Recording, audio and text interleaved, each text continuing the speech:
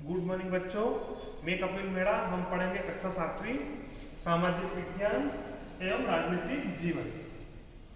हम अध्याय 3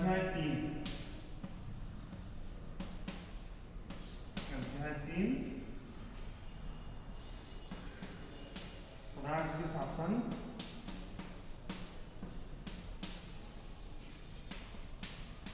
कैसे काम करता है। हमारा अध्याय है अध्याय 3 राज्य शासन कैसे काम करता है।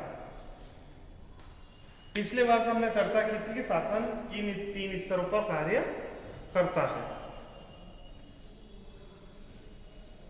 स्थानीय, राज्य और केंद्र 3 प्रकार से कार्य करता है। पहला है स्थानीय क्षेत्र में होता है, फिर राज्य का होता है और एक केंद्र शासित होता है। तो इस प्रकार से हमारे लोग शासन के सामने विचार कैसे रखते हैं या किसी कार्य की मांग कैसे करते हैं, इस प्रकार से हम ये पाठ पढ़ने जा रहे हैं। अब इसमें जिम्मेदारी किसकी है तो हम एक कविता के माध्यम से पढ़ते हैं। देखा यहाँ लिखा है कि आपने राज्य में पानी की कमी है और बहुत से लोग बीमार पड़ रहे हैं। कई गांवों में लोग गंदला पानी पीने पाए गए हैं। नदी नाले और तालाब सूख गए हैं। बुरी तरह से प्रभावित इलाकों में गांव के लोग दूर दूर से पानी लाकर आ रहे हैं। जिला मुख्यालय पातलपुरा में लोगों को 3 दिन में एक बार पानी की सप्लाई की जा रही है। यहाँ जिला चिकित्सालय मरीजों से अटा पड़ा, मतलब भरा पड़ा है और हजारों की संख्या में हैजे से पीड़ित बच्चे हैं। टीवी पर समाचार में बताया गया कि हैजे से 10 लोगों की मृत्यु हो गई। क्या ऐसा हो सकता है? क्या कोई सचमुच इससे मर सकता है? क्या पता बस मुझे न हो जाए इस बीमारी या बीमारी। उसी दिन दोपहर में मेरी मम्मी ने कहा बाजार में कुछ ठंडा नहीं पीना है। आज सुबह उन्होंने अपना एक भाषण मुझे सुना दिया। तुम्हें अपनी सेहत का जिम्मेदारी संभालनी चाहिए। सीरीन ही हाँ। अचानक रुक जाओ, रैली के कारण यह सड़क बंद है। रैली वालों ने विधायक के घर घेराव कर दिया है। सचमुच? लेकिन क्यों, उन्होंने कुछ कर दिया क्या? हाँ, ये लोग तो उस काम पर गुस्सा दिखा रहे हैं जो उन्होंने नहीं किया और हम यह मांग करते हैं कि अधिकारी तुरंत स्वास्थ्य की स्थिति पर नियंत्रण पाने के लिए कदम उठाए। हमारे विधायक को इसकी जिम्मेदारी लेनी होगी। कैसी ऊंची आवाज है इनकी, ये कोई नेता वेता होंगे?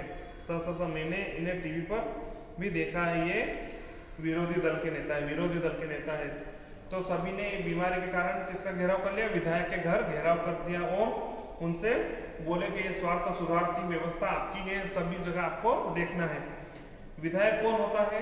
जो एमएलए कहलाता है, जो हमारे राज्य में, हमारे जिले में निर्वाचन के द्वारा चुना जाता है और उसे हमारे शहर का पूरी जिम्मेदारी दी गई जाती है, जो उसको करना होता है। उपरोक्त भाग में आपने पातालपुरा की घटनाओं के बारे में पढ़ा। अभी आप शायद जिलाधीश, चिकित्सा अधिकारियों के नामों से परिचित होंगे, परंतु क्या आपने विधायक और विधानसभा के बारे में सुना है? सुना होगा। क्या आप अपने क्षेत्र के विधायक यानी एमएलए के बारे में, एमएलए से परिचित हैं? क्या आपको इसका पता है ये किस पार्टी के होते हैं? अलग अलग पार्टी से चुने जाते हैं तो अलग अलग पार्टी के लोग होते हैं और हमारे यहाँ के विधायक किस पार्टी से बिलोंग करते हैं। आइए आगे पढ़ते हैं। भारत के हर राज्य में एक विधानसभा है। हर राज्य के कई निर्वाचन क्षेत्र बटे हुए हैं। उदाहरण के लिए यहाँ दिए गए मानचित्र में देखिए दर्शाया गया कि हिमाचल प्रदेश में 68 निर्वाचन क्षेत्र है। निर्वाचन क्षेत्र में जनता एक प्रतिनिधि चुनती है। विधानसभा का सदस्य यानी विधायक बनाया जाता है।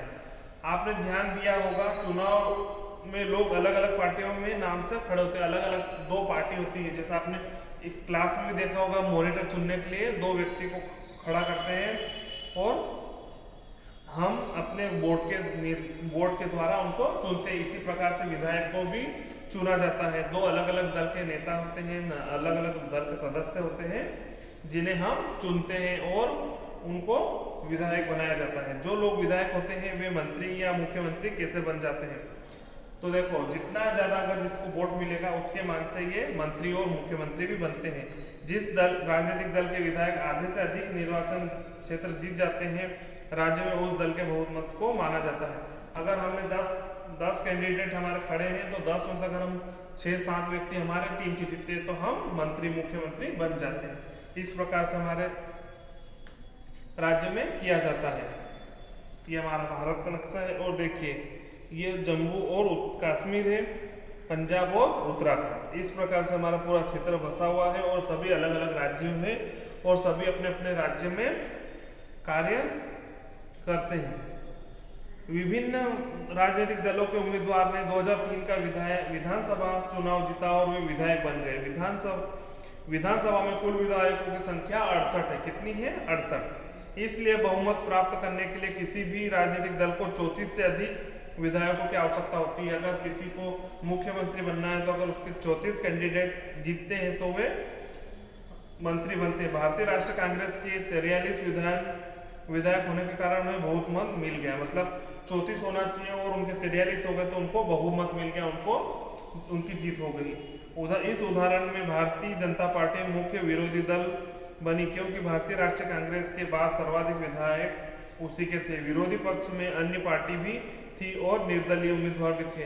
तो अलग अलग पार्टी के और निर्दलीय सदस्य के कारण ये संख्या घट जाती है और एक ही दल को अगर ज्यादा संख्या मिलती है तो वो मुख्यमंत्री या विधायक बनते हैं।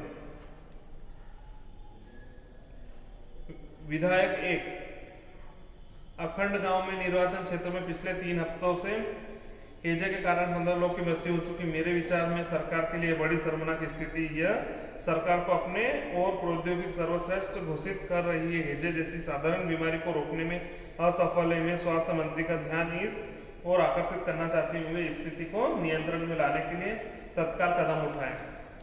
विधानसभा में एक बहस हो रही है तो सब अपने अपने सुझाव दे रहे हैं और एक दूसरे पर बोल रहे हैं कि इनको इस प्रकार से कार्य करना है। तो हैजे की बीमारी छोटी है लेकिन सरकार इस ओर ध्यान नहीं दे रही है तो उसको इस ओर ध्यान देना बहुत जरूरी है। विधायक 2 मेरा प्रश्न ये है कि सरकार अस्पतालों की दशा इतनी खराब है, सरकारी अस्पतालों की दशा इतनी खराब है, सरकार जिला अस्पतालों में डॉक्टरों व चिकित्सा कर्मचारी ठीक से नियुक्त क्यों नहीं कर रहे हैं। मैं यह भी जानना चाहूंगा कि सरकार की इस स्थिति का सामना किस प्रकार से करना है जिससे लोग बड़ी संख्या में प्रभावित हो और संख्या बढ़ती जा रही है। बात महामारी का रूप ले रही, बड़ी महामारी का रूप ले रही है। इस प्रकार से सबने अपने अपने विरोधी पक्ष के सदस्य बिना वजह सरकार पर दोषारोपण कर रहे, एक दूसरे को दोष लगा रहे कि ये इस कारण से हो रहा है। लेकिन कोई भी विधानसभा में आपने देखा ही होगा कि आपस में लड़ते हैं तो इस प्रकार से एक दूसरे पे सवाल जवाब करके और दोष लगाने से कार्य नहीं होगा। सबको इसके लिए सबको एकत्रित होकर मिल के कार्य करना होगा। और आपने देखा ही होगा कि सबके मिलने से कार्य होता है। वॉलपेपर की परियोजना। वॉलपेपर एक मजेदार गतिविधि जिसके माध्यम से रुचि के विषय में पर शोध किया जा सकता है। यहाँ तस्वीरों में दिखाई गई है, देखिए ये तस्वीर दिखाई गई है और परियोजना चलाई गई है और इसके माध्यम से बच्चों में जागरूकता लाने के लिए किया गया है और बच्चों को अपनी अपनी प्रतिभा को निखारने का मौका अवसर दिया जाता है।